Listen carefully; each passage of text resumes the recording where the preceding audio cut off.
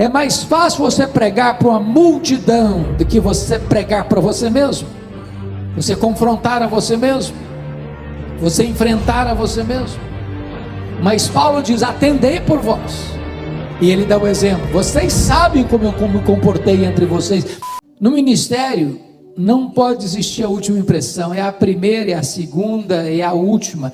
Tudo precisa estar na mesma régua. É claro que você e eu somos sujeitos a falhas, a erros, a pecados. É claro que Paulo também não está aqui defendendo o perfeccionismo, no sentido de que o líder não peca, o líder não transgride. Não, nós somos pecadores. Aliás, quanto mais santo você for, mais consciência de pecado você tem. As pessoas que mais choraram pelos seus pecados não foram as pessoas que mais pecaram, foram as pessoas que mais perto de Deus andaram. Paulo chega a dizer: eu sou o maior dos pecadores, eu sou o menor dos santos.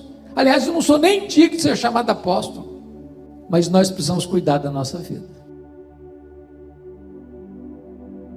do nosso coração, das nossas motivações. Por isso Paulo diz: atendei por vós. Talvez a ovelha mais difícil do rebanho é aquela que nós vemos diante do espelho. Se nós não pastorearmos a nós mesmos, nós estaremos desqualificados para pastorear todo o rebanho de Deus. Por quê? Porque os pecados, se a vida do líder é a vida da sua liderança, os pecados do líder são os mestres do pecado. Isso porque os pecados do líder são mais graves, são mais hipócritas e são mais danosos do que os pecados dos outros. Mais graves porque o líder peca contra o maior conhecimento. Mais hipócritas porque o líder denuncia o pecado em público e às vezes o pratica em secreto. E mais danosos porque quando um líder cai, mais pessoas são atingidas. Então Paulo diz: atendei por vós, vigie a sua própria vida, pastoreie o seu próprio coração. E vocês que são pastores, pastoras, pregadores, pregadoras, sabem disso. É mais fácil você pregar para uma multidão do que você pregar para você mesmo. Você confrontar a você mesmo. Você enfrentar a você mesmo. Mas Paulo diz: atendei por vós. E ele dá o exemplo: vocês sabem como eu me comportei entre vocês. Desde o primeiro dia em que entrei na Ásia, até o dia que eu estou me despedindo de vocês. Que Deus nos dê graça, irmãos, para manter o fogo aceso no nosso coração, para manter o óleo fresco na nossa cabeça, e para manter as vestes alvas. Terceiro princípio: o compromisso do líder com a palavra de Deus. Chama a sua atenção para os versos 20 a 27. E eu não sei qual a versão que você está usando, mas na minha versão, a versão atualizada, no verso 20 há dois verbos: anunciar e ensinar. No verso 21 tem o verbo testificar no gerúndio. No verso 24 tem o verbo testemunhar. No verso 25 tem o verbo pregar no gerúndio. E no verso 27 tem o verbo anunciar. Obviamente, todos esses verbos estão relacionados com a palavra de Deus. O pastor, o líder, precisa ser um homem da palavra, mestre na palavra, douto na palavra, que maneja bem a palavra da verdade. A palavra manejar é cortar em fatias retas, não fazer curva. Você precisa comer a palavra, se alimentar da palavra. amar a palavra. Nas palavras de Paulo, a primeira carta de Timóteo, você precisa se afadigar na palavra.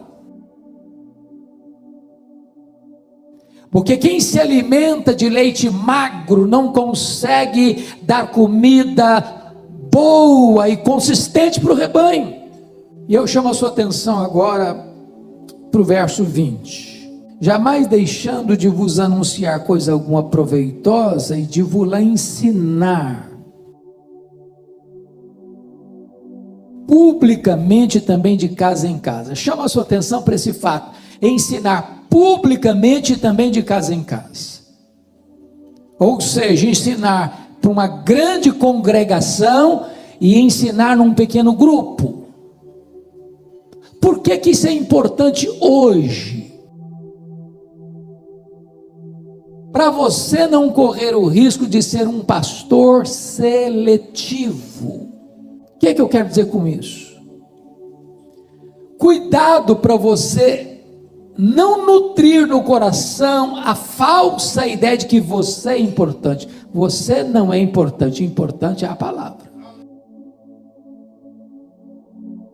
Importante é a palavra. Você passa, eu passo, nós passamos, a palavra de Deus permanece para sempre.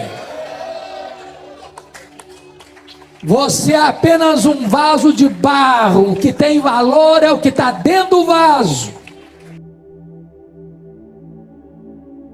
Mas se você não tomar cuidado, você começa a achar que você é importante.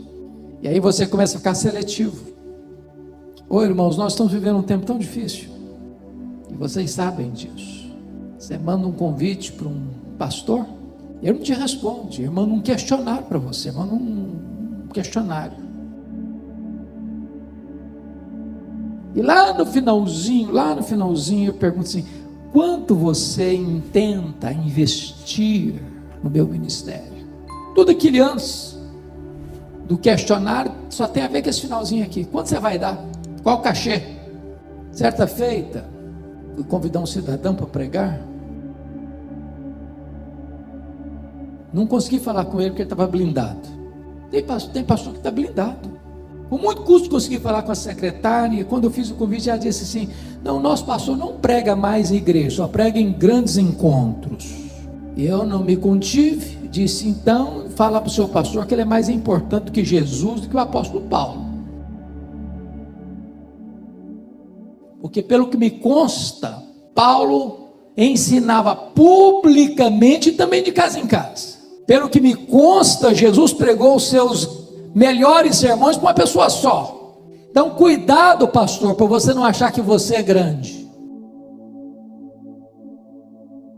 E ao receber um convite de uma igreja pequena, ou de uma igreja de bairro, ou de uma congregação de chão batido, não, lá eu não vou, eu sou agora um cara muito importante, eu só vou em grandes igrejas ou em grandes congressos. Para com isso.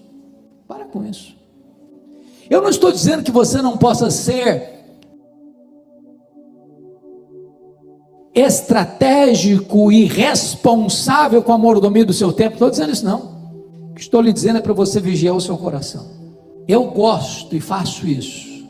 Atenda algumas agendas propositadamente daquela igreja de baixar a portinha assim, ó. Faço questão. Faço questão para que você nunca passe essa ideia de que agora você é seletivo e só prega em grandes encontros. Ensinando publicamente também de casa em casa. Mas outra coisa aqui,